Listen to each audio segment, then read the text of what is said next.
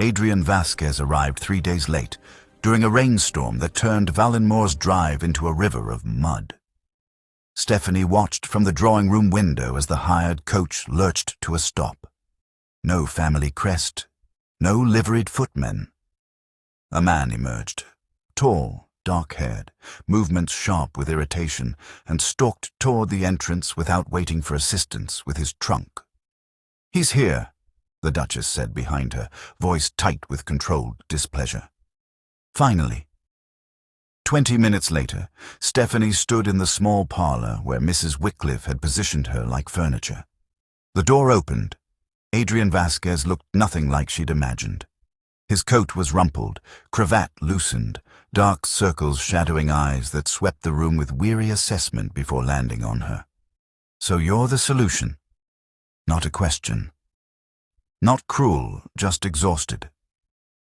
Stephanie straightened. "Miss Ramirez? Though I suppose it's nearly Mrs. Vasquez now. God help you." He crossed to the sideboard and poured whiskey without asking permission. "She's told you everything, I assume?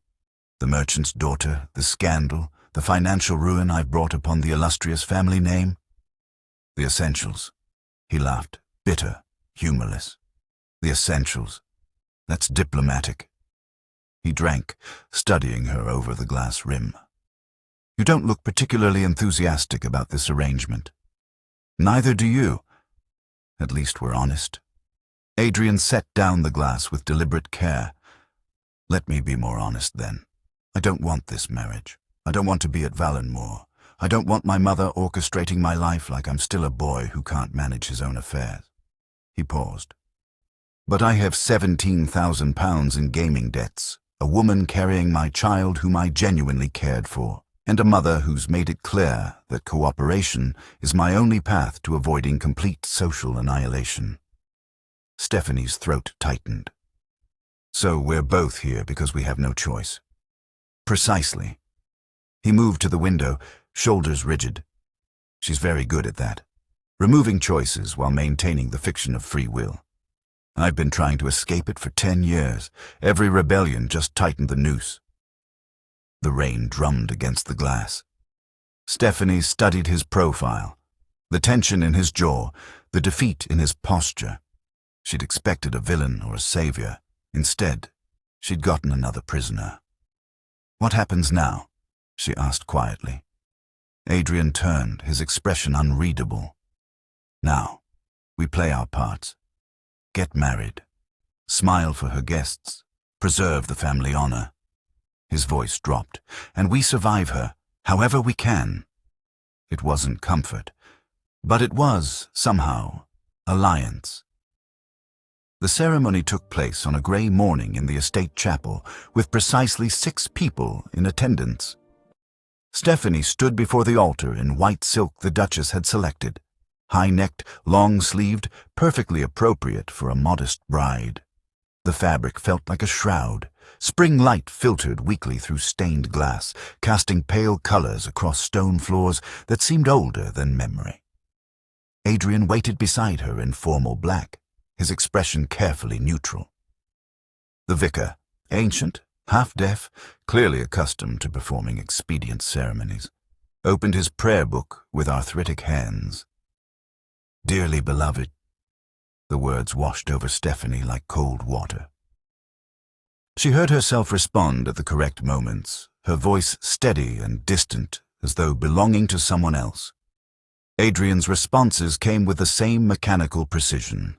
Vows delivered not with passion or even resignation, but with the quiet defeat of a man signing surrender terms. "I, Adrien Matthew Vasquez, take thee." Behind them, the Duchess sat in the front pew, spine straight, hands folded, satisfaction radiating from her like heat from a fire. Mrs. Wycliffe stood witness beside her, ledger tucked under one arm as though this were merely another estate transaction requiring documentation. There was no music, no flowers beyond a single arrangement of white roses on the altar. No guests weeping with joy or throwing rice in celebration. Just the vicar's droning voice, the shuffle of feet on stone, and the sound of rain beginning to patter against the windows. "You may kiss the bride." Adrien's lips touched her cheek, brief, perfunctory, cold. His eyes met hers for one unguarded moment. Apology, shared imprisonment, futility. Then it was done. "Congratulations," the Duchess said warmly, rising to embrace them both. "Welcome to the family, my dear." The words felt like a sentence. That night, Stephanie waited in the suite prepared for her, the Duchess's former rooms, refurbished in soft blues and creams. A fire burned in the grate. Her nightgown had been laid out by invisible hands. The bed, enormous and draped in silk, waited like an obligation. Adrien never came. No explanation, no apology. Just silence beyond the connecting door that remained firmly closed. Stephanie sat at the window in her dressing gown, watching moonlight silver the gardens, her wedding ring, heavy gold, perfectly sized, pressed against her finger like a shackle. She was Mrs. Adrien Vasquez now, legally bound, socially elevated, financially secure, and absolutely, utterly alone. The marriage changed nothing about her captivity. It only made escape impossible. The guests arrived in a procession of polished carriages, their laughter and chatter filling Valenmore's halls like an invading army. Stephanie stood beside Adrien in the entrance hall, her sapphire gown perfectly pressed, her smile perfectly calibrated. The Duchess had rehearsed this moment with military precision. Posture, greeting, the exact degree of warmth to project. "May I present my daughter-in-law, Mrs. Adrien Vasquez," Melissa announced to each arrival, her hand proprietary on Stephanie's shoulder. "A distant relation who quite captured my son's heart. We're delighted to welcome her to the family." The lie delivered with maternal warmth. The guests accepted it with polite enthusiasm. Stephanie performed flawlessly. She demurred when complimented, deferred to Adrien in conversation, laughed softly at appropriate moments. Every gesture had been choreographed, every response pre-approved. She was exactly what the Duchess required. Decorative, deferential, utterly uncontroversial. Such a charming bride, one matron murmured. "Rather sudden, though," another whispered behind her fan. "One does wonder, perhaps there's already cause for celebration?" A knowing look exchanged. Stephanie's smile never wavered, but her fingers tightened around her champagne glass. Adrien played his role with equal precision. In public, he was attentive, hand at her elbow, whispered comments that appeared intimate, the portrait of a devoted husband. In the brief moments between performances, he barely acknowledged her existence, his gaze distant and hollow. The Duchess circulated through the drawing room like a general surveying conquered territory, satisfaction evident in every gracious smile. Then Stephanie felt it, eyes watching with different quality than the others. Lady Catherine Harwell stood near the fireplace. 50, elegant steel-grey hair styled with geometric precision. She wasn't smiling politely or whispering speculation. She was studying. Stephanie with the focused intensity of someone reading a document in a foreign language. Their eyes met. Catherine's expression shifted. Recognition, perhaps, or understanding. As the gathering dispersed toward the dining room, Catherine materialized at Stephanie's elbow. "Walk with me," she said quietly. Not a request. They moved toward the library, away from the crowd. Catherine closed the door with deliberate care, then turned to face Stephanie directly. "I know what you are." Her voice was low, matter-of-fact, devoid of judgment or malice. Stephanie's pulse quickened.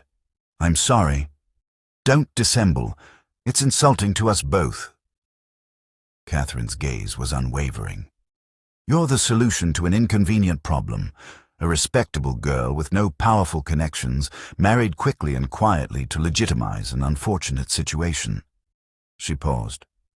I know because 30 years ago, I was you. The words hung between them like a bridge. What do you want? Stephanie asked carefully. Catherine smiled, sharp, knowing, almost kind. To offer you what no one offered me. Information. Catherine moved to the library window, her silk gown rustling in the silence. The merchant's daughter was named Eleanor Pritchard. Pretty girl, 19. Her father owns the largest textile mill in Harrogate. Stephanie's breath stilled. How do you? No. Catherine's smile was thin. Because I make it my business to know. Information, my dear, is the only currency that matters when you have no legal power of your own. She turned, her gaze sharp. The Duchess paid Eleanor £500 to disappear quietly. Generous by some standards, devastating by others. Why are you telling me this? Because you need to understand the game you're playing. Catherine settled into a leather chair with the ease of someone accustomed to claiming space. 30 years ago, I was married to Lord Harwell to resolve a financial dispute between our families. I was 17. He was 43. I had romantic notions about duty and honor. She paused, her expression hardening. Those notions died quickly. What didn't die was my will to survive. So I learned. I listened at doors. I read correspondence left carelessly visible. I cultivated relationships with servants, secretaries, anyone positioned to see what their employers wished hidden. Catherine leaned forward slightly. I built a library of secrets, and secrets, properly deployed, become leverage. Stephanie processed this carefully. You're offering to teach me. I'm offering perspective. The Duchess of Valenmore is formidable, but she's not invincible. She has creditors she cannot pay. Tenants she's alienated. Social rivals who would relish her downfall. Catherine's voice dropped. You should know who they are, what they want, how they might be useful. And in exchange, nothing immediate. Consider it an investment in a potentially valuable alliance. Catherine rose, smoothing her skirts. You're intelligent, observant, and desperate enough to be dangerous. Those qualities, properly refined, could serve us both. Stephanie's mind raced through implications, risks, possibilities. Eleanor Pritchard, Catherine said, moving toward the door. She's still in Yorkshire, the village of Thornbury, staying with an aunt. The Duchess believes the matter closed. She paused, hand on the doorknob. But scandals are never truly buried, only waiting to be exhumed. The door closed softly. Stephanie stood alone among the books, Catherine's words echoing in the silence. Knowledge was currency, information was power, and Eleanor Pritchard was still in Yorkshire. The decision crystallized with cold clarity. She would find Eleanor, not from guilt, not from sympathy, from strategy. Stephanie told the household she was visiting the milliner in Harrogate. Mrs. Wycliffe noted it in her ledger without comment.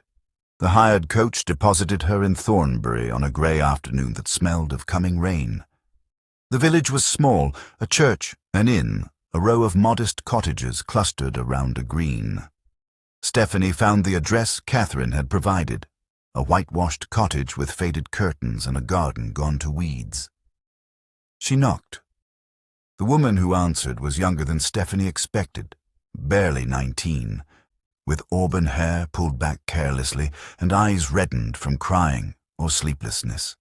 Her belly curved visibly beneath her plain dress. Eleanor Pritchard? The girl's expression shuttered immediately. Who's asking? Stephanie Ramirez. A pause. Stephanie Vasquez now, Adrien's wife. Eleanor's face went white, then flushed with sudden fury. Get out. Please, I need to speak with you. Speak. Eleanor's laugh was jagged.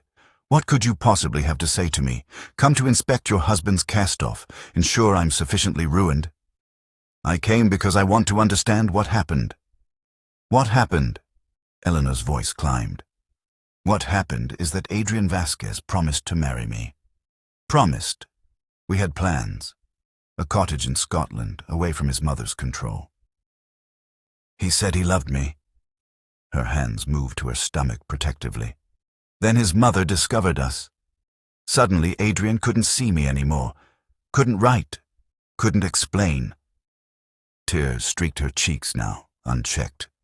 She came herself, the Duchess, sat in my father's parlour like royalty granting an audience, offered £500 and a signed agreement swearing I'd never contact Adrien again, never claim paternity, never speak of the affair. Eleanor's voice broke. My father took the money before I could refuse. Stephanie's throat tightened. I'm sorry. Sorry? Eleanor stepped closer, eyes blazing. You took what was mine. You wear his ring. You sleep in his house. You have everything while I hide here like something shameful. Her voice dropped to a whisper. You're part of it. Part of what she did to us. I was trapped too, Stephanie said quietly. Chosen, shaped, used. Eleanor stared at her, recognition flickering beneath the anger. I can't undo what's been done, Stephanie continued, but I can help. Money, references, a way forward that isn't this. Why would you? Because Eleanor could expose everything, or become leverage, because trapped women could either destroy each other or become dangerous together. Because, Stephanie said carefully, neither of us should have to face the Duchess alone. Stephanie found Adrien in his study 3 days after the gathering, packing documents into a leather case with methodical efficiency.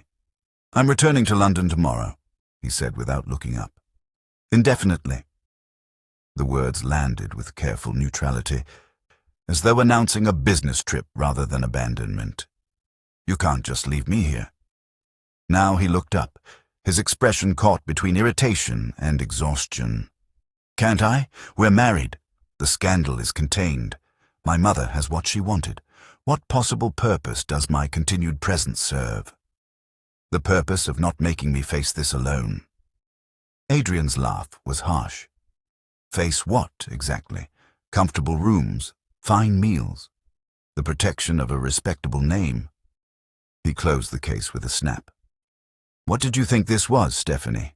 A love match, a partnership? We're both props in my mother's theatre. At least I have the decency to remove myself from the stage. Anger flared hot in Stephanie's chest, while I'm left to play my role without choice. You had a choice. You signed the agreement, after your mother closed every other door I had. Welcome to the family tradition. Adrien moved to the window, shoulders rigid. Do you know why I gambled? Why I spent years throwing away money we didn't have at cards and horses and stupid, reckless investments? Stephanie waited. Because every pound I lost was a pound she couldn't control. Every debt was a crack in her perfect facade. I thought if I could ruin us completely, she'd finally lose her grip. His voice dropped. Instead, she tightened it, used my failures to justify more control, more management, more corrections. And Eleanor? Adrien flinched. Eleanor was real. The only thing I'd chosen in 10 years that wasn't calculated to either please or spite my mother. He turned, his eyes haunted. I loved her. I genuinely intended to marry her, and my mother destroyed it in 3 weeks, paid her off, threatened her family, made me choose between Eleanor's ruin or her survival. The silence stretched, heavy with shared understanding. I'm not staying because I can't watch you become what I became, Adrien said finally. Someone who stops fighting, who accepts the cage because fighting only makes it smaller. He picked up his case. Don't trust anything she offers you, he added, pausing at the door. Every kindness is leverage. Every gift is a chain. Then he was gone, and Stephanie stood alone in the study, understanding with terrible clarity. She was entirely on her own. Stephanie spent the week after Adrien's departure in the study, methodically reviewing the estate accounts the Duchess had entrusted to her capable hands. At first, the numbers seemed straightforward. Tenant rents, household expenses, investments yielding modest returns. The columns balanced. The totals matched. Then she noticed the dates. A payment to a London creditor recorded in March, but the corresponding withdrawal dated February. Tenant rents listed as collected in full, yet 3 families marked as in arrears in a separate ledger. Investment returns that appeared in the accounts but never in the bank statements Mrs. Pemberton had accidentally left visible. Stephanie pulled older records from the cabinet, spreading them across the mahogany desk. The pattern emerged like a body surfacing from dark water. Money had been disappearing for 3 years. Not large amounts at once, nothing dramatic enough to trigger immediate alarm. Just careful, consistent transfers. £50 here, £100 there, redirected from tenant payments into private accounts. Debts listed as settled that remained outstanding. Expenses fabricated to justify withdrawals that went elsewhere. The Duchess had been embezzling from her own estate. Stephanie's hands trembled as she traced the flow. Tenant funds siphoned to cover Adrien's gambling debts, investment losses hidden behind falsified returns, creditors temporarily satisfied with partial payments while new debts accumulated. The estate wasn't merely struggling, it was collapsing, and Melissa Vasquez had been concealing the rot with increasingly desperate measures. If exposed, the scandal would be catastrophic. Embezzlement from tenant funds, people who depended on the estate for their livelihoods, would destroy not just the Duchess's reputation, but her legal standing. The title could be challenged, the lands seized by creditors, the family name obliterated. Stephanie sat back, her heart pounding. She had found the weapon. One letter to the right authorities, one conversation with the right solicitor, and Melissa's carefully constructed empire would crumble. Stephanie would be free, widowed by scandal perhaps, but no longer bound to Valenmore's toxic machinery. But freedom through destruction. Adrien's debts would become public. Eleanor's child would be born into greater scandal. The tenants would lose their homes when creditors claimed the estate. The servants, Mrs. Pemberton, the housemaids, even Mrs. Wycliffe, would be cast into unemployment. Stephanie stared at the ledgers. Evidence of both crime and desperation spread before her. She could destroy the Duchess. But the cost would be measured in more lives than her own. The question crystallized with terrible clarity. What kind of power did she want? Vengeance or control? Stephanie spent 2 days alone with the ledgers, weighing futures like a merchant calculating risk. She could expose the Duchess, send documentation to creditors, magistrates, the families whose rent money had been stolen.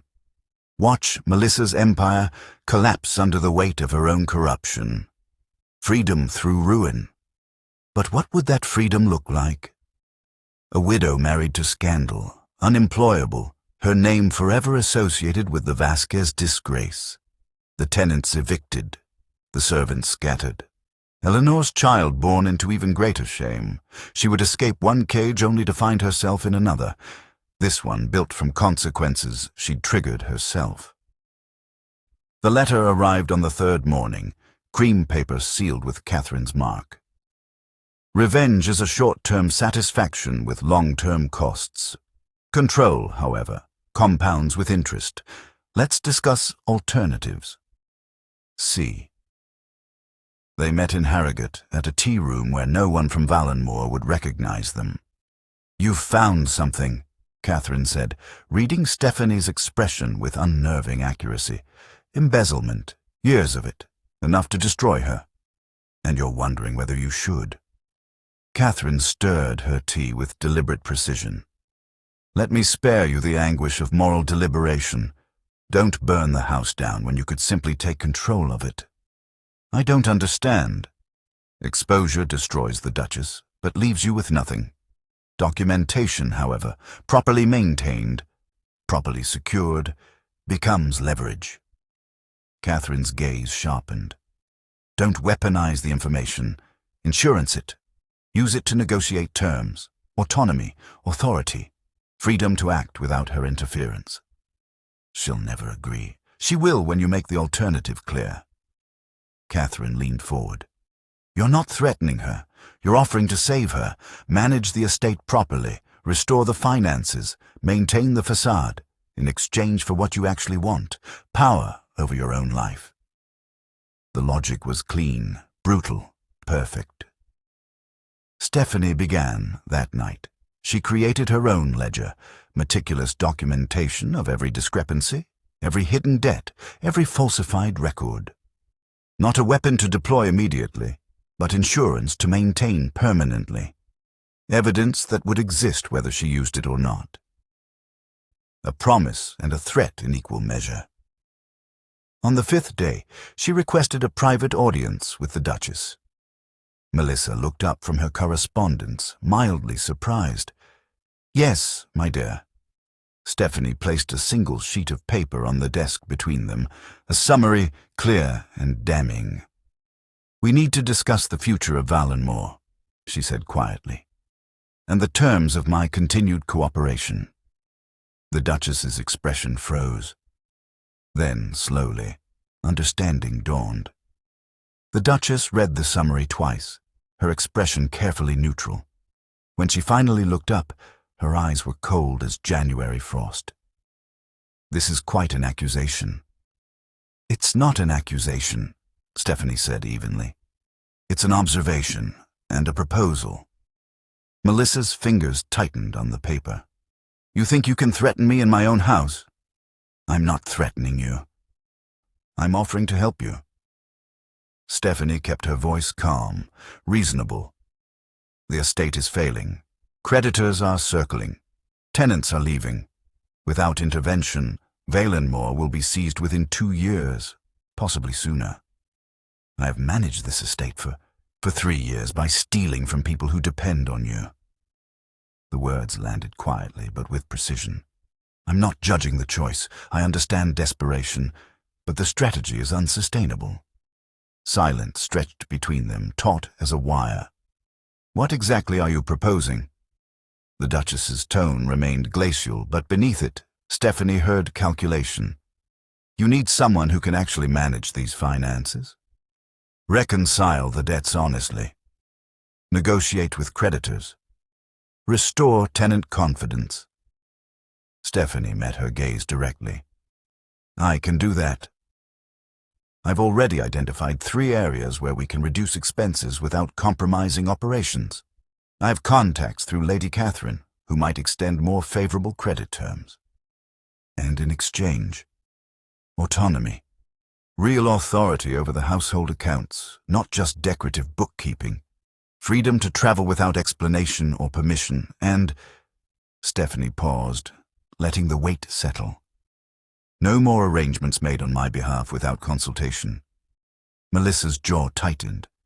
You expect me to simply hand you control? I expect you to recognize that I'm offering you survival.